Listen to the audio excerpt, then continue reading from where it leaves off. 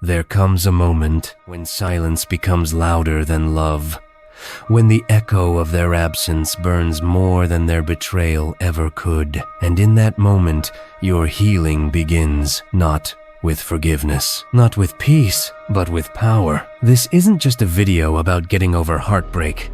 It's a deep psychological descent into the raw, primal layers of your mind, the ones they never wanted you to understand. Because once you do, you don't just move on, you evolve, quietly, ruthlessly, and without mercy. This is the dark psychology of letting go, not with tears, but with truth. Heartbreak doesn't just wound you, it kills a part of you. Psychologists like Dr. Guy Winch compare heartbreak to withdrawal from a hard drug. Your brain reacts the same way it does to cocaine deprivation. The same regions light up, the same neurochemicals plummet. You're not just missing a person, you're craving your dopamine supplier. But here's what they don't tell you. You weren't just in love with them, you were in love with the version of yourself you became in their presence.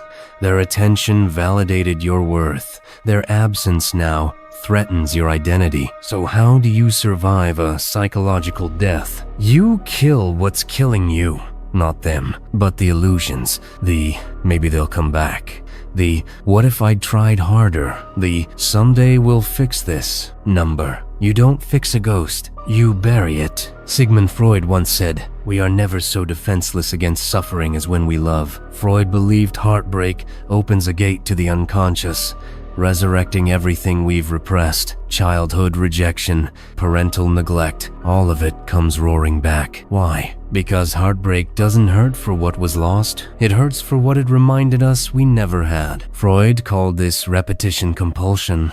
We seek out familiar pain hoping to finally conquer it, and when we don't, it breaks us again and again. So how do you stop this cycle? You confront the original wound, the abandonment, the "you're not enough." The moment someone taught you that love must be earned, not given. Because until you face that, every heartbreak will feel like the first one. Carl Jung had a darker interpretation. He believed that relationships awaken our shadow, the repressed side of ourselves we don't want to acknowledge. When you fall in love, you don't just see them, you see a projection of your unconscious desires, your longing for wholeness, your missing pieces. But heartbreak is the shattering of that projection. The mirror breaks, and what's left? Just you, naked, flawed, incomplete. But that's where the healing begins, not by pretending to be whole,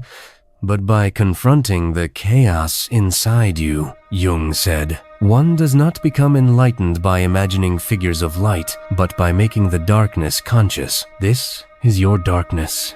This is your power. Let's talk about betrayal. Maybe they cheated, lied, ghosted, or maybe they just stopped caring. Here's the brutal truth. Most heartbreak isn't about what they did.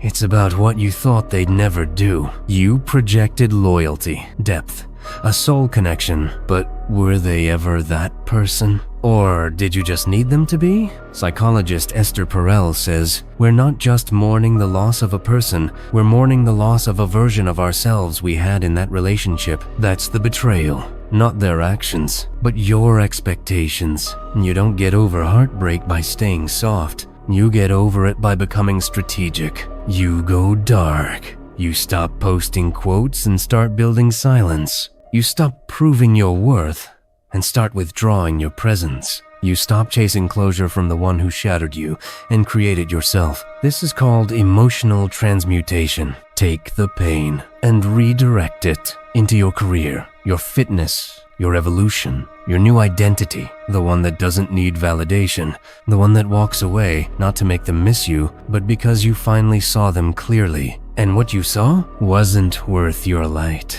Let's break down why no contact works and why most people fail at it. It's not about getting them back. That's manipulation. No, contact is psychological starvation. You're removing the dopamine, the ego boost, the attention drip feed they were addicted to, and you're giving that to yourself. Neurologically, the brain begins to rewire after about 30 days of no contact. Neural pathways that were tied to their name, their face, their texts. They weaken. Your identity begins to rebuild without them. The paradox? That's often when they come back. But by then, you've already buried them. Healing isn't linear. There will be days you feel powerful, unbothered, cold, and then a song hits you, a smell, a memory, you spiral. That's okay, because getting over heartbreak isn't just grieving them, it's grieving you. The version of you that tolerated confusion, mixed signals, half love. You're not just losing a partner, you're shedding a skin, and that hurts. But pain, as philosopher Friedrich Nietzsche said, is the midwife of transformation. Let it burn. You think you want revenge? To show them what they lost, to make them regret. But true power isn't in retaliation, it's in indifference. When their name no longer spikes your cortisol, when you see them with someone else and feel nothing, that's when you've won. Because the opposite of love isn't hate, it's disinterest. You didn't just move on. You became someone who no longer needs closure. You became the version of yourself that heartbreak tried to kill and couldn't. So what's the dark truth about getting over heartbreak? It's not about healing your heart. It's about rebuilding your mind, piece by piece, scar by scar, until the version of you they left behind becomes a ghost of someone they'll never get to meet again. This wasn't just a breakup. This was a psychological awakening. And now, you're unstoppable.